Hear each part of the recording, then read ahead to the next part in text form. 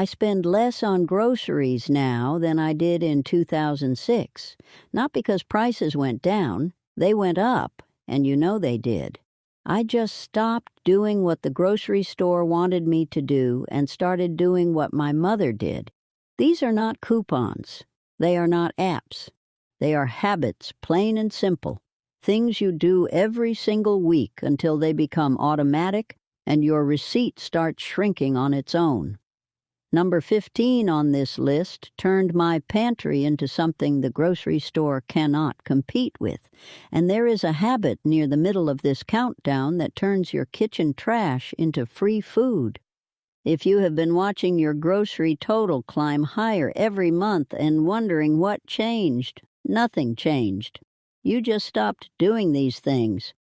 Here are 20 poor man's habits that quietly cut my grocery bill in half. Number 20. Always shopping with a handwritten list. I write my grocery list on a piece of paper before I leave the house, not on my phone. Paper does one thing. It tells you what you need and nothing else. A phone has a screen full of distractions, and the second you unlock it in the store, you are looking at something that is not groceries. I tracked this over a couple of months. The weeks I stuck to my paper list, I spent roughly a third less. Every single item I dropped into the cart on impulse cost me somewhere between $3 and $8, and none of it was something I actually needed. The store is designed from the ground up to make you wander. End caps, sale signs, that bakery smell pumping out right by the entrance. A list is your armor against all of it. You walk in, you get what is on the paper, you pay, and you walk out. The moment you start browsing, you start spending. Number 19. Buying a whole chicken instead of parts. A pack of boneless, skinless chicken breasts costs more per pound than a whole bird, and you get less food out of it. I buy one whole chicken at the start of the week, roast it on Sunday, and by Thursday I have had roast chicken for dinner, chicken sandwiches for lunch, and a pot of soup made from the carcass. One bird, 4 or 5 meals. The store charges you a premium to do the cutting for you and throw away the bones, and the bones are the most valuable part.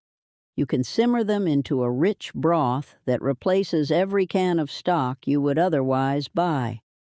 Learn to break down a whole chicken with a sharp knife and a cutting board, and the boneless breast aisle becomes something you walk right past. Now, I want to mention one thing while we are on the subject. For the folks who want more of these kinds of habits all gathered up in one place, I put together a guide called Grandma's Grocery Playbook. It has the habits I come back to every single week, written down plain so you can keep it on your kitchen counter. You can find it on my website, frugalfrannie.com. I am not going to mention it again. If you want it, it is there. Now back to the list. Number 18. Buying produce only when it is in season. I stopped buying tomatoes in January about 30 years ago, and it changed my grocery spending more than I expected. When something is out of season, the store is shipping it from another country, and you are paying for the fuel, the refrigeration, and the middlemen who touched it along the way. A tomato in July costs me next to nothing. That same tomato in February costs 3 times as much and tastes like cardboard. I follow a simple rule. If it is growing within a few hundred miles of my house right now, I buy it. If it is not, I skip it, or I use what I canned or froze when it was cheap. Strawberries in June, corn in August, squash in the fall. The rest of the year I lean on cabbage, carrots, onions, and potatoes because those store well and stay affordable 12 months out of the year. Most people fill their cart with whatever looks pretty in the produce section without thinking about where it flew in from. That flight is on your receipt. Number 17. Stretching ground meat with oats or breadcrumbs. My mother never made a meatloaf that was all meat. She mixed in rolled oats, stale breadcrumbs, sometimes cooked rice, and nobody at the table complained because it tasted better that way. A pound of ground beef stretches into nearly 2 pounds of food when you add a filler that costs next to nothing. It works for meatballs, burgers, taco filling, anything where the meat gets mixed or shaped. The filler soaks up the fat and the seasoning so the flavor holds.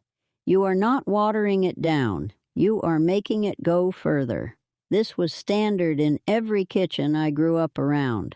Somewhere along the way, people started thinking pure beef was the only proper way, which is exactly what the meat counter wants you to believe, because pure beef costs twice as much.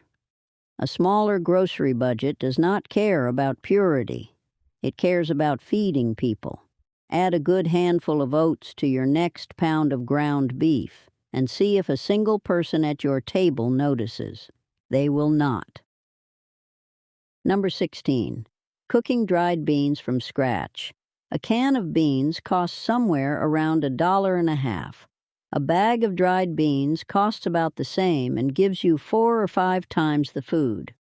The only difference is time, and time is something a slow cooker handles while you sleep.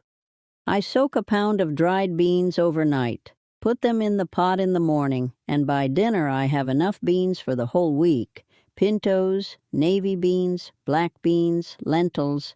They keep in the fridge for days and freeze beautifully.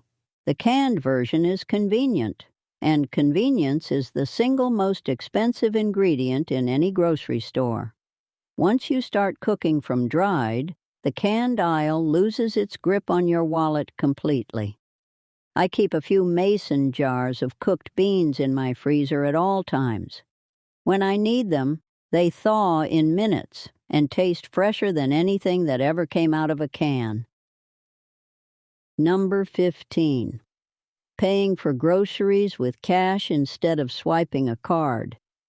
This one changed the way I think about every dollar that leaves my kitchen. When I started carrying a set amount of cash to the store and leaving the card at home, my spending dropped in a way that no coupon or sale ever matched. Here's what happens when you pay with a card. You tap, the machine beeps, and you walk out. You barely felt it. The grocery store is counting on that. They have spent decades making it easier and easier for you to pay without feeling the cost. Tap a phone now, and you do not even open your wallet. Cash does the opposite. You count it out. You hand it over. You watch it leave your hand and go into the drawer. There is a physical sensation of spending that a card removes entirely, and that sensation is your brain doing the math in real time. When I have $80 in my purse for the week, I know exactly where I stand by the time I reach the bread aisle. I sort my list by priority before I leave the house. Protein and vegetables first. Dairy and grains second. Everything else only if the money is still there. When the cash runs low, I put something back, and putting something back is the single most powerful budgeting tool a grocery store has ever seen, because it forces you to choose in the moment instead of discovering the damage later on a statement you barely read. People tell me this sounds old-fashioned. I tell them my grocery bill is half of theirs. The card companies and the stores both want you swiping because friction is bad for their business. But friction is the best friend your grocery budget ever had. I have been doing this since my children were small, and the only week I ever went over budget was the week I forgot and brought the card instead. Number 14. Shopping the markdown rack. Every grocery store has a section where they put the meat and the produce that is nearing its sell-by date. It is usually tucked in a corner or on a small shelf near the back. The prices drop anywhere from 30 to 50%. I check that section every single time I walk in. The food is perfectly fine. A sell-by date is not an expiration date. It is the date the store wants to move the product by. Chicken thighs marked down this morning will taste exactly the same tonight as the full-price pack sitting next to them. I have made hundreds of meals from that rack over the years, The key is flipping your thinking. You do not plan your meals first and then check the markdown. You check the markdown first and plan your meals around whatever is sitting there at a discount. That one shift saves real money every single week. Number 13. Growing your own herbs on a windowsill. A little plastic packet of fresh basil at the store costs $2 or $3 and wilts in your fridge within a few days. A basil plant on your windowsill costs about the same and keeps producing for months. I grow basil, parsley, chives, rosemary, and mint in small pots right by my kitchen window. They need sunlight and a little water, and that is the extent of it. Every time a recipe calls for fresh herbs, I walk 3 steps and pinch off what I need. I have not bought a packet of herbs from the store in years. The savings are small per trip, but herbs come up in recipes constantly, and small savings repeated 50 times a year are not small anymore. Even if you have never grown a thing in your life, a windowsill herb pot is nearly impossible to kill. Number 12. Making your own spice blends. Taco seasoning, Italian seasoning, ranch powder, chili seasoning. The store sells these in little packets for a couple of dollars each, and they are nothing but combinations of spices you probably already have sitting in your cabinet. Chili powder, cumin, garlic powder, onion powder, paprika, oregano. Mix them yourself in a jar, and a batch that would cost you $5 or $6 in store packets costs you almost nothing. I keep a few jars on my counter with my most used blends already mixed and ready to go. It takes about 2 minutes to fill a jar that lasts a month. The store packets are full of extra salt and fillers you do not need. Your own blend will taste better. You will know exactly what is in it, and the cost is almost nothing compared to those little packets. Number 11. Regrowing vegetables from the scraps you already paid for. This one still surprises people when I show them, but I have been doing it since my kids were small.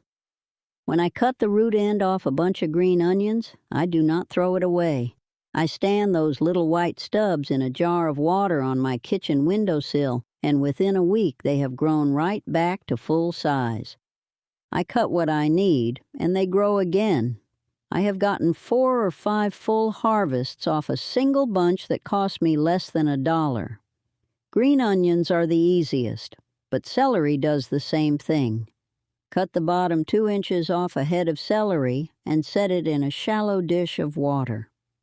In a few days, you will see tiny new leaves pushing out from the center. Once they get going, I move the base into a pot of dirt on my porch and let it keep growing. Romaine lettuce works the same way. So does bok choy if you cook with it. The principle is simple. A lot of the vegetables we buy are still alive when we bring them home. The root end wants to keep growing. All it needs is water and a little sunlight. I keep 3 or 4 jars going on my windowsill at any given time, and over the course of a month that is several bunches of green onions and a head or 2 of celery I did not have to buy. The grocery store sold me those vegetables once. I decided once was enough. Number 10. Keeping a freezer inventory taped to the door. I have a piece of paper taped to the front of my chest freezer with a pencil hanging from a string next to it. Every time something goes in, I write it down. Every time something comes out, I cross it off. That is the whole system. Without that list, you forget what is buried at the bottom. You buy more chicken thighs because you cannot remember if you still have some. You do. They have been under a bag of frozen corn since March. A freezer without an inventory is a place where good food goes to get forgotten, freezer burned, and thrown away. Mine is a system where nothing gets lost. I check the list before I write my grocery list, and I plan meals around what needs to be used up first. The oldest things come out before I ever buy more. That one piece of paper has saved me more wasted food than any gadget or app ever could. Number 9. Freezing bread before it goes stale. I buy bread when it is on sale and put it straight into the freezer. It keeps for months. When I need a slice, I pull it out and toast it, or let it sit on the counter for 10 minutes. It tastes exactly the same as the day I bought it. The amount of bread that gets thrown away in this country because people let it sit on the counter until it turns green is enormous. A freezer stops that waste dead. I do the same thing with tortillas, bagels, English muffins, and hamburger buns. Anything made from dough freezes well and thaws fast. If you are throwing away the last third of every loaf because you cannot eat it quickly enough, you are buying bread for the trash can. Your freezer is the fix, and it is already sitting in your kitchen. Number 8. Planning every meal around the sales flyer. Most people decide what they want to eat first and then go buy the ingredients at whatever price the store is charging. That is backwards, and it is expensive. The cheaper way is to grab the weekly sales flyer, see what is marked down, and build your meals around whatever happens to be cheap that week. If chicken thighs are on sale, you eat chicken. If pork shoulder is marked down, that is what is for dinner. If bell peppers dropped, stir fry it is. This takes about 15 minutes at the kitchen table with the flyer and a piece of paper. You are not eating worse.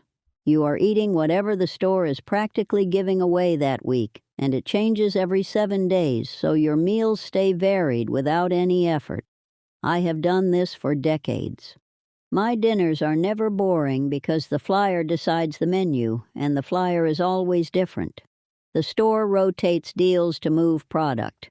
You can either ignore that and pay full price, or you can ride the rotation and let their own system put money back in your pocket. Number 7. Running a weekly eat-down night using only what is already in the house. Every Thursday is what I call my clean-out night. I open the fridge, I open the pantry, and whatever is in there becomes dinner. No recipe, no plan, no trip to the store for one missing ingredient. If there are leftover vegetables from Monday, a bit of rice from Tuesday, and half a can of beans from who knows when, that is the meal. It will not win any awards, but it fills you up and it stops food from going to waste. Most people throw away more food than they realize because they keep cooking from scratch every night, and the leftovers just pile up. One eat-down night a week breaks that cycle. It clears the fridge before anything spoils, it saves you one full dinner's worth of groceries every single week, and over a month that is 4 meals you did not have to shop for. My mother called it Scraps Night. We never complained because she made it taste fine every time. Number 6. Eating leftovers for lunch instead of ever buying it. I have not purchased lunch out in years. Whatever I had for dinner the night before goes into a container and sits in my fridge until noon the next day. Buying lunch out, even from a fast food window, runs somewhere between $7 and $12 depending on where you live. 5 days a week, that is $35 to $60 gone.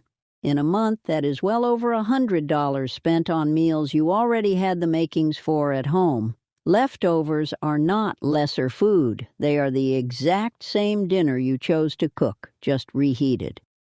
My mother would have shaken her head at the idea of paying someone for lunch when last night's supper was right there waiting. Number 5. Portioning meat into meal-sized packs the same day you bring it home. When I buy a large pack of ground beef or a family pack of chicken thighs, I do not just shove the whole tray into the freezer. I sit down at the kitchen counter that same afternoon with a roll of freezer paper and I divide it up. 1 pound per pack for the ground beef, 2 thighs per pack for the chicken. Whatever a single meal calls for, that is how I wrap it. I write what it is and the date on the outside with a marker. Stack them flat in the freezer, and now I have 5 or 6 meals ready to pull out one at a time. The reason this matters is that once you freeze a big lump of meat together, you have to thaw the whole thing to use any of it. Then you cook too much, or the rest sits in the fridge and goes bad before you get to it. Portioning on day 1 means you thaw exactly what you need and nothing gets wasted. It takes 15 minutes, and it turns one trip to the store into a week of dinners without a single ounce of meat going in the trash. Number 4, replacing every bought drink with water, soda, juice boxes, bottled sweet tea, sports drinks, flavored water. Every one of these costs money that plain water from your kitchen tap does not. I stopped buying beverages years ago. If I want a little flavor in my water, I drop in a lemon slice or a few rounds of cucumber. A 2-liter bottle of soda costs a couple of dollars and lasts maybe 2 days in most households. Stretch that across a month and you are looking at a real piece of your grocery bill going toward flavored sugar water that does nothing good for your body. The beverage aisle is one of the highest markup sections in the entire store. My tap water is clean, it is tested, and it costs next to nothing. Every drink you choose not to buy is pure savings with no downside. Number 3, never walking into a grocery store on an empty stomach. This sounds too simple to matter, and that is exactly why it works so well. When you are hungry, everything in that store looks like a good idea. The rotisserie chicken by the door, the bakery display, the chips on the end cap. Your stomach starts making the decisions and your list stops meaning anything. I eat before every single grocery trip. A sandwich, a bowl of soup, a piece of toast with peanut butter. Something solid in my stomach so I walk through those doors thinking with my head instead of my appetite. The difference shows up at the register. When I am full, I stick to the list. When I am not, I come home with things I did not plan to buy and cannot explain needing. Over the course of a year, those impulse grabs add up to real money. My mother taught me this one, and she was not gentle about it. If I tried to go to the store before eating, she would block the door and point at the kitchen. She knew that hunger is the most expensive thing you can carry into a grocery store. Number 2, shopping loss leaders at different stores. Every grocery store runs a few items each week at below cost to get you through the door. Those are the loss leaders, and they are the best deals you will find anywhere. The catch is that the store wants you to walk in for the cheap eggs and walk out with a full cart of everything else at full price. The habit is simple. Grab the loss leader and nothing else. I check 2 or 3 store flyers each week and make short, focused trips to pick up just the deals. Eggs cheap at one store, butter cheap at another, chicken on sale at a third. It takes a little extra driving, but the savings stack up fast. You have to stay disciplined, though. If you walk in for the marked-down butter and walk out carrying a bag of cookies, you lost. Go in. Get the deal. Get out.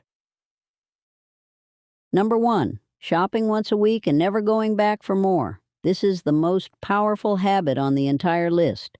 You go to the store 1 time per week. No second trips, no exceptions. Every time you walk through those doors, you spend money you did not plan to spend.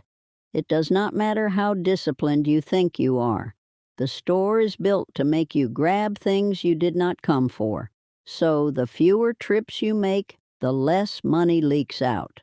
I shop on the same day, every week, same time, same store. I go in with my list, I fill my cart, I pay, and I do not go back until the following week. If I run out of something midweek, I make do with what I have. Every extra trip costs you. A quick run for bread turns into bread plus cheese plus yogurt plus a bag of chips off the end cap. 1 trip, 1 list, 1 envelope. 40 years of groceries, and those are the 20 habits that stuck. Every single one of them is free to start. Pick whichever one fits your kitchen and do it every time you shop for the next month. Then look at your receipts and see what happened. If this list brought someone to mind who needs to hear it, send it their way. Hit subscribe if you want more, because my kitchen has been running circles around the grocery store for decades, and I am nowhere near finished.